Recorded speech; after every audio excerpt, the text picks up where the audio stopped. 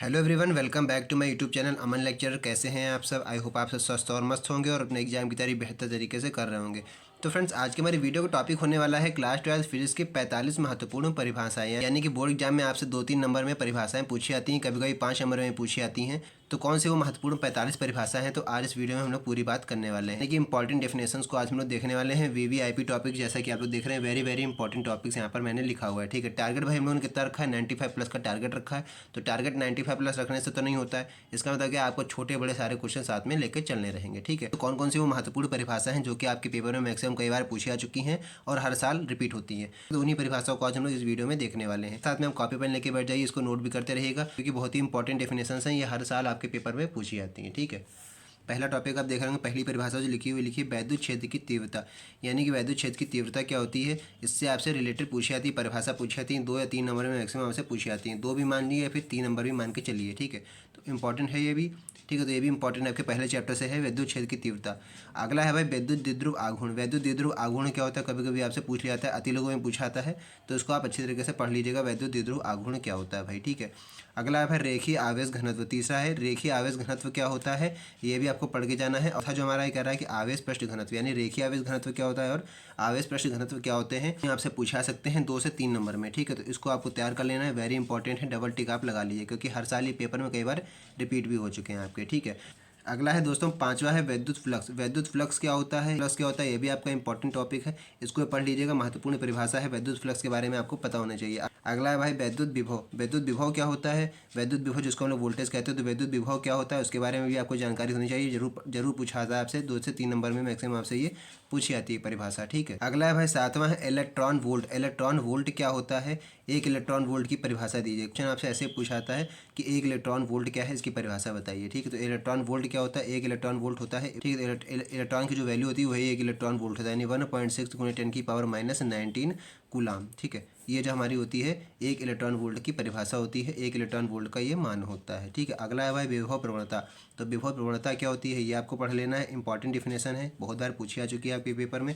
अब नवा टॉपिक है धारा घनत्व। धारा घनत्व क्या होता है, ये भी आपको पढ़ के जाना। धारा घनत्व होता है और गतिशीलता। धारा घनत्व और गतिशीलता ये दोनों आपको पढ़ लेना है, इंपॉर्टेंट है, डबल टिक आप लगा लीजिए, साथ साथ नोट करते चलेंगे, क्योंकि जितने भी डिफिनेशन मैंने जितने ही टॉपिक उठाए हुए हैं सारे आपके चैप्टर से मैंने लिए हुए हैं। ठीक है, मिक्स चैप्टर से हैं, जितने भी आपके फिजिक्स में चैप्टर हैं हर चैप्टर से मैंने ये डिफिनेशन उठाई हुई है, ऐसी डिफिनेशन जो कि हर साल आपके पेपर में पूछी आती हैं। इसके अलावा अगर आप ये 45 डिफिनेशन पूरी पढ़ के जाते हैं तो इसके अलावा आपको कुछ भी नहीं पढ़ के जाना है। ठीक है, केवल डिफिनेशन के मामले में 45 डिफिनेशन अगर आप ये पढ़ लेंगे तो बिल्कुल आपकी सारी जो जितनी भी आपकी बुक के जितने भी आपका सिलेबस का जितनी भी डिफिनेशन है, जितनी भी परिभाषा है, सब आपकी तैयार होने वाली है। ठीक है, अब भाई विशिष्ट प्रतिरोध। विशिष्ट प्रतिरोध जिसका आप जानते हैं साइन होता है ये। ठीक है, विशिष्ट प्रतिरोध भाई क्या होता है, ये आपको पढ़ के जाना है कि विशिष्ट प्रतिरोध भी, ठीक है, विशिष्ट प्रतिरोध भी कई बार आपसे पूछा जा चुका है। ठीक, अगला है भाई एम्पियर का परिपथीय नियम। एम्पियर का परिपथीय नियम क्या होता है, ये आपको पढ़ के जाना है। ये तो जब भी आपसे पूछा जाएगा तो 5 नंबर से कम नहीं पूछा जाता है।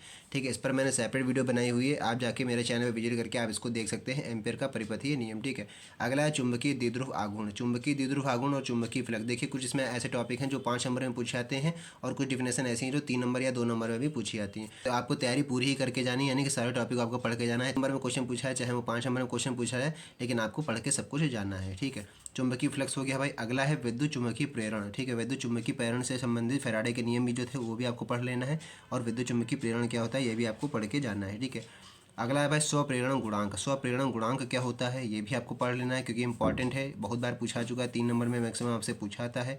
अगला आता है भाई हमारा अन्योन्य प्रेरण गुणांक।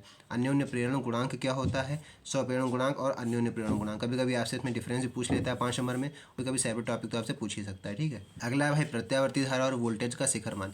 इसको हम लोग प्रत्यावर्ती धारा भी कहते हैं, या फिर ऑब्लिक ऐसे भी आपसे पूछा सकता है कि वोल्टेज का शिखर मान क्या होता है। तो जब आपसे वोल्टेज का शिखर मान पूछा है तो इसका मतलब प्रत्यावर्ती धारा के ही बारे में पूछा जा रहा है आपसे। ऑब्लिक इसीलिए लिखा हुआ है ताकि आपसे दोनों टॉपिक जो पूछा जाए तो आपको आंसर एक ही लिख के आना है। ठीक है, अनुनादी आवृत्ति क्या होता है, ये आपको पढ़ के जाना है। अनुनादी आवृत्ति किसे कहते हैं, यानी कि जिसे हम लोग कहते हैं इंग्लिश में रेजोनेंस, है ना। अनुनाद की स्थिति जो होती है, अनुनादी आवृत्ति यानी कि फ्रीक्वेंसी।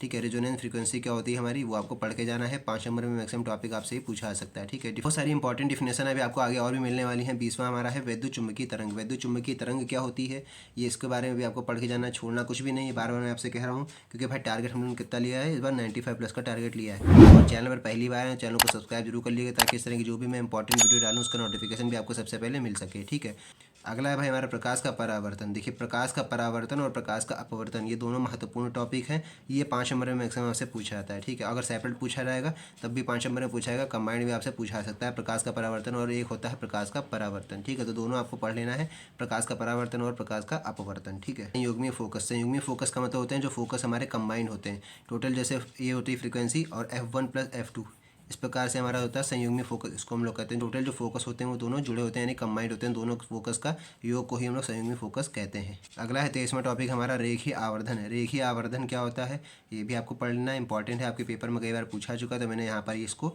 लिख रखा है, ठीक है। अगला है भाई प्रकाश का अपवर्तन। अभी आपने ऊपर पढ़ा था प्रकाश का परावर्तन, ये है प्रकाश का अपवर्तन। तो दोनों ही टॉपिक इंपॉर्टेंट है, ये भी पूछा जाएगा और आपसे ये भी पूछा सकता है। इंपॉर्टेंट है, इसको टिक करके रख लीजिए क्योंकि ये टॉपिक आपको बार बार कहीं नहीं मिलने वाले, इसलिए अगर आपको अच्छी तैयारी करनी है, आपको अच्छे नंबर लाने हैं फिजिक्स में अपने, तो जितने भी आज 45 डिफिनेशन मैंने आपको बताई सारी आपको पढ़ के जाना है, सारी आपको तैयार करके जाना है, ठीक है। क्योंकि आपके पास ज़्यादा टाइम बचा नहीं है, अच्छी तरीके से इसको आप तैयार कर लीजिए, तभी आप इसमें अच्छा स्कोर कर सकते हैं, ठीक है। अगला है भाई 25वां टॉपिक हमारा क्रांतिक कोण। क्रांतिक कोण क्या होता है, इस पर भी मैंने सेपरेट वीडियो बनाई हुई है। क्रांतिक कोण क्या होता है, आपको इंपॉर्टेंट क्वेश्चन मेरे चैनल में मिल जाएंगे, ठीक है। सारे इंपॉर्टेंट क्वेश्चन पर मैंने सेपरेट वीडियो बनाई हुई है। तो क्रांतिक कोण क्या होता है भाई, ये भी आपको पढ़ लेना है, ये भी आपसे 3 नंबर में क्वेश्चन आपसे पूछा जा सकता है, ठीक है। तो इंपॉर्टेंट है, डबल टिक मैंने लगाया हुआ है, इसको भी आप नोट करके रख लीजिए, क्योंकि क्वेश्चन आपसे छोड़ा कुछ भी नहीं जाएगा, पूछा आपके पूरे सिलेबस का जाएगा, पढ़ के आपको सब कुछ जाना है, ठीक है। अगला है भाई हमारा क्रांतिक कोण भी आपने पढ़ा। अगला 26वां टॉपिक है, उसी से रिलेटेड है पूर्ण आंतरिक परावर्तन। पूर्ण आंतरिक परावर्तन भी आपको पढ़ लेना है।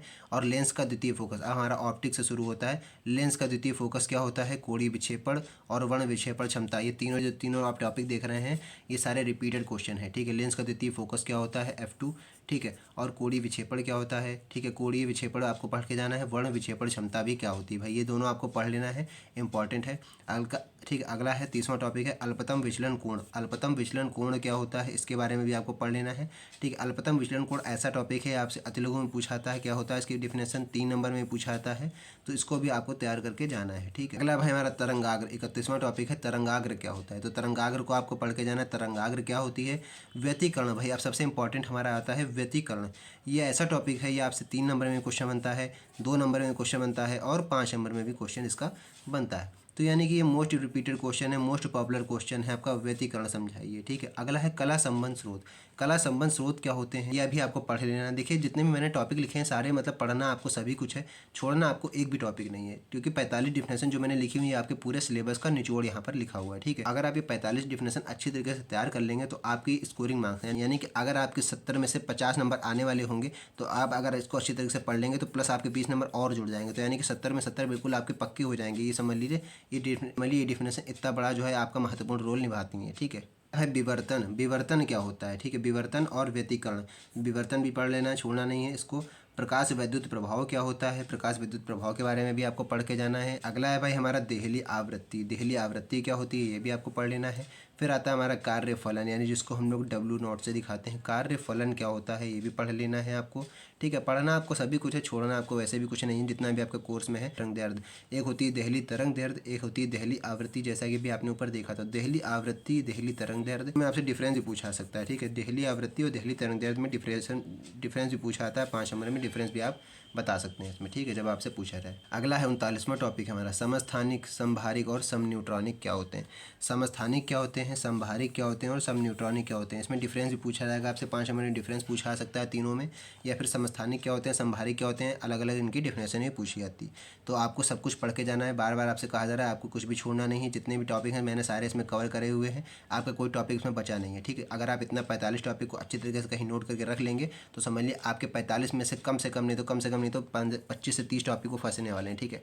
25 से 30 टॉपिक फंसेंगे आपके, चाहे वो अतिलघु में पूछे जाएँ, ठीक है, चाहे मल्टीपल चॉइस क्वेश्चन में पूछे जाएँ, चाहे वो शॉर्ट यानी कि लघु में पूछे जाएँ, चाहे वो लॉन्ग में पूछे जाएँ, कैसे भी करके आपसे 25 से 30 टॉपिक आपको मिलने वाले हैं टोटल 45 में से आपको, ठीक है। तो क्योंकि आपके भाई पेपर के होते हैं 7 सेट, ठीक है, 7 सेट में ये सारे टॉपिक आपको 100% मिलेंगे, 101% हम कह सकते हैं, 100% नहीं, मैं कह रहा हूँ आपसे 101% आपको मिलेंगे, ठीक है। तो अच्छी तरीके से आपको तैयारी करके जाना है, ठीक। अगला है 40वां टॉपिक हमारा नाभिकीय बल क्या होता है। नाभिकीय बल ये आपका चैप्टर है, ठीक है। नाभिकीय बल क्या होता है, आपका चैप्टर का नाम है नाभिकीय बल हो गया। द्रव्यमान क्षति, बंधन ऊर्जा, नाभिकीय बल आपसे पूछा जा सकता है। द्रव्यमान क्षति क्या होती है, इसमें रिलेटेड आपसे परिभाषा पूछी जा सकती है 3 नंबर में। बंधन ऊर्जा क्या होती है? नाभिकीय संलयन, देखिए नाभिकीय बल, नाभिकीय संलयन और नाभिकीय विखंडन। नाभिकीय संलयन में क्या होता है, हमारे जो नाभिक होते हैं वो आपस में जुड़ जाते हैं, ठीक है। और नाभिकीय विखंडन में एक नाभिक होता है उसके ब्रेक हो जाते हैं, यानी कि टुकड़े टुकड़े हो जाते हैं। तो विखंडन का मतलब जैसे नाम से पता चल रहा है, तो नाभिकीय संलयन, नाभिकीय विखंडन इंपॉर्टेंट है। 3 नंबर में भी पूछा सकता है आपसे, या फिर 5 नंबर में भी पूछा सकता है, ठीक है। तो कैसे भी करके पूछा रहा है, आपको लिख के जरूर आना, छोड़ना आपको कुछ भी नहीं। ध्यान रखिएगा, आप जितना पेपर आपका आए आपको सारे टॉपिक करके आने, छोड़ना आपको कुछ भी नहीं, ठीक है। और लास्ट है भाई, परमाणु की द्रव्यमान संख्या क्या होती है? तो 45वां टॉपिक हमारा कह रहा है कि परमाणु की द्रव्यमान संख्या है, यानी कि अब यहाँ पर आपके पूरे चैप्टर का समापन होता है। लास्ट टॉपिक है आपका परमाणु की द्रव्यमान संख्या, बस आपको ये और पढ़ लेना है बस, ठीक है। तो इतने 45 महत्वपूर्ण टॉपिक थे। आई होप आपको सारे टॉपिक समझ में आ गए होंगे, आपको पेपर की अपनी तैयारी कैसे करनी है और क्या क्या तैयार करना है, ठीक है। तो आपको छोड़ना कुछ भी नहीं, मोस्ट इंपॉर्टेंट टॉपिक थे। अगर चैनल पर पहली बार आए, चैनल को सब्सक्राइब जरूर कर लीजिए, ताकि इस तरह की जो भी मैं इंपॉर्टेंट वीडियो डालूँ उसका नोटिफिकेशन आपको सबसे पहले प्राप्त हो सके। तो फ्रेंड बस आज की इस वीडियो में इतना ही, मिलते हैं नई वीडियो में नेक्स्ट टॉपिक के साथ, तब तक के लिए जय हिंद।